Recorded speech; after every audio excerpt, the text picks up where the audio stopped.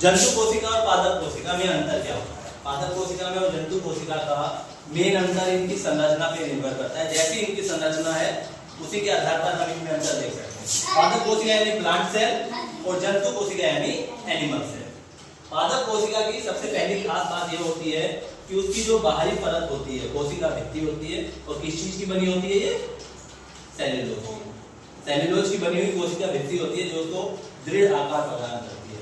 लेकिन जंतु कोशिका में कोशिका भित्ति नहीं होती, उसमें सबसे बाहरी परत क्या होती है? कोशिका झिल्ली होती है। इसके बाद दूसरे नंबर पे अगर हम कहें तो पादप कोशिका जो होती है उसमें हरित लवक पाया जाता है और जंतु कोशिका में हरित लवक नहीं पाया जाता। पादप कोशिका में जो हरित लवक पाया जाता है 3 तरह का होता है, जिसको हम क्लोरोप्लास्ट, क्रोमोप्लास्ट, ल्यूकोप्लास्ट 3 नाम से जानते हैं। क्रोमोप्लास्ट ही है जिसके कारण क्लोरोफिल मिलता है और वो हरा होता है। लेकिन जंतुओं में क्लोरोप्लास्ट या क्रोमोप्लास्ट या ल्यूकोप्लास्ट यानी किसी भी तरह का जो हरित लवक है या प्लास्टिड्स है लवक, वो पाए नहीं जाते। ठीक है। उसके बाद हम बात करें कारक काय की या सेंट्रोसोम, तो पादप कोशिका में सेंट्रोसोम नहीं होता, जंतु कोशिका में सेंट्रोसोम पाया जाता है।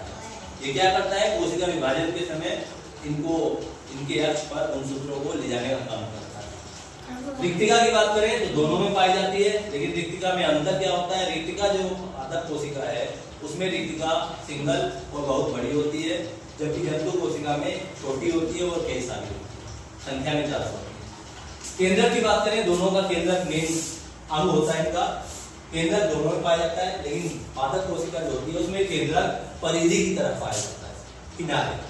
रिक्तिका बीच में होती है जिसके कारण उसके जो अंगक होते हैं वो किनारे की तरफ हो जाते हैं, लेकिन जंतु कोशिका में केंद्रक मध्य में होता है, बीच में पाया जाता है।